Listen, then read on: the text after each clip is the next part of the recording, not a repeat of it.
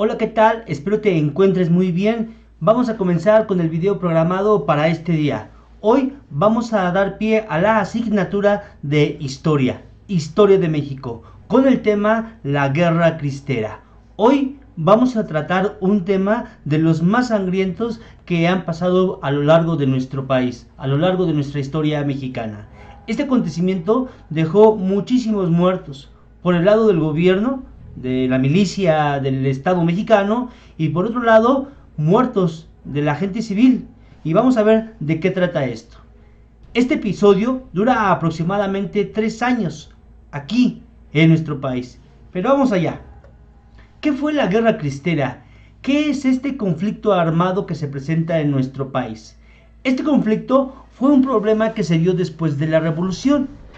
Esto se dio aproximadamente entre los años 1926 y 1929. Te decía, en este participó un gran número de gente. Ciudadanos mexicanos tomaron parte de este problema, así como la milicia, el ejército militar del Estado mexicano. Y dentro de ello, muchos fallecidos. ¿Qué ocasionó este encuentro tan ríspido entre la iglesia, por un lado, y por otro, el gobierno mexicano? Te explico. El gobierno buscaba que la Iglesia Católica perdiera el gran poder monetario y político que tenía. Y la población, es decir, el pueblo, la gente, se manifestó, se levantó en armas incluso para intentar lograr que las medidas tomadas por el gobierno, en este caso el gobierno encabezado por Plutarco Elías Calles, dieran marcha atrás. La gente no estaba contenta con las disposiciones de Plutarco Elías Calles, incluso sacó una ley que se llamó la Ley Calles. Vamos a ver de qué trata más adelante. Las primeras acciones armadas. Estas primeras acciones tuvieron lugar en ciudades importantes como Zacatecas, Jalisco, Nayarit, Guanajuato y Michoacán. La lucha fue en su mayor parte en las zonas rurales de nuestro país. También llegó a la Ciudad de México. Sin embargo, estos estados que te acabo de mencionar es donde tiene más desarrollo este episodio de la Cristiada. La Cristiada, sí, así también se le llama a este evento de la posrevolución. El ejército cristero, muy a pesar de sus limitantes de origen, ¿por qué hablamos de limitantes de origen? Porque es un ejército que no tiene ninguna educación militar. Era un ejército incluso algo improvisado, porque no tenían escuela, no tenían formación militar, no sabían del manejo de armas, de estrategias militares, ni mucho menos. Sin embargo, logró reclutar y armar a la gente del pueblo, que decían al grito de ¡Viva Cristo Rey y la Santa María Guadalupe! Decían defender la iglesia y los ideales del catolicismo aquí en nuestro país. Te decía al principio que hubo muchas muertes en esta guerra. El número fue elevado. Hay algunos historiadores que dan un aproximado de 50,000 muertes. Otros que cuadruplican esta cantidad y dicen que hubo más de 200,000 vidas perdidas. Sea cual haya sido la cantidad de muertes, todas son lamentables. Y esta situación se tiene que valorar. ¿Por qué hubo un enfrentamiento entre el gobierno mexicano, entre lo que se le llama Estado, y la iglesia?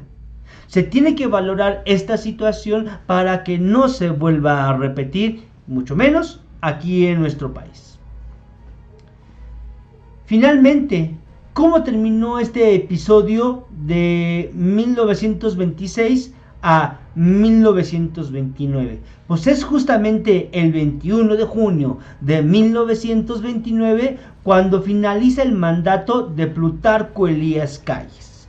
Es en este año cuando deja de ser presidente, y con esto la Iglesia Católica y el gobierno llegan a varios acuerdos que Finalmente, pusieron fin al respaldo armado de la iglesia a los cristeros.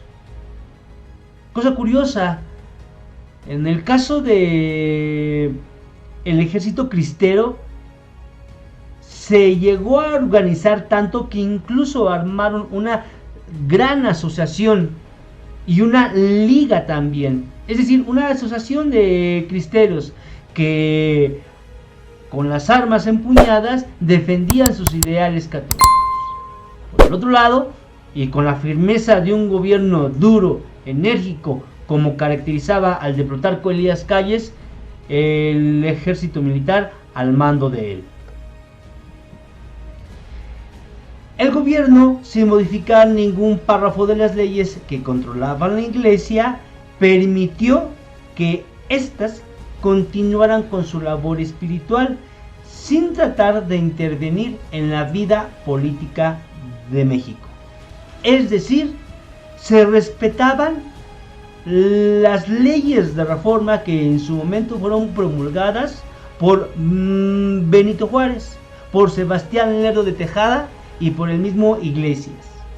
Esta tercia de personajes dentro de la historia mexicana logra las leyes de reforma, esas que antecedieron a Porfirio Díaz. Ahora aquí cabe preguntarse y cuestionar, ¿por qué entonces, si estas leyes se promulgaron en el gobierno de Benito Juárez, por qué con Porfirio Díaz no hubo cuestionamiento en este sentido? Dato: aquí hubo un arreglo entre Porfirio Díaz y la Iglesia Católica en su momento, de tal forma que ambos estaban contentos. Recordemos que Porfirio Díaz era enemigo de las manifestaciones públicas, enemigo de cualquier escándalo público político. Era un tipo mediador, era un tipo que sabía de cierta manera sobrellevar este tipo de cuestiones. Él, enemigo, decía, del escándalo público, logra mediar con la iglesia, le da ciertos privilegios a la iglesia, los deja que hagan sus políticas del clero sin que lo molestaran a él. Sin embargo, cuando termina el mandato de Porfirio Díaz, cuando éste sale exiliado del país, cuando se da el conflicto revolucionario aquí y después la posrevolución, entra este episodio. Recordemos que Álvaro Obregón es el antecesor de Plutarco Elías Calles. Es con Plutarco Elías Calles que se da este episodio de la cristiada, de la revolución, de la guerra de los cristeros. Y es así como la guerra cristera tiene lugar en la historia de nuestro país. Un tema, sin lugar a dudas, para reflexionarlo. Un tema para analizar el papel de la Iglesia Católica en el mundo, pero principalmente en esta ocasión en nuestro país. ¿Realmente vale la pena morir por los ideales de la Iglesia Católica o de cualquier otra? ¿Realmente vale la pena luchar y levantarse en armas contra el gobierno defendiendo a Cristo Rey o a la Virgen de Guadalupe? La respuesta la tienes tú. Adiós.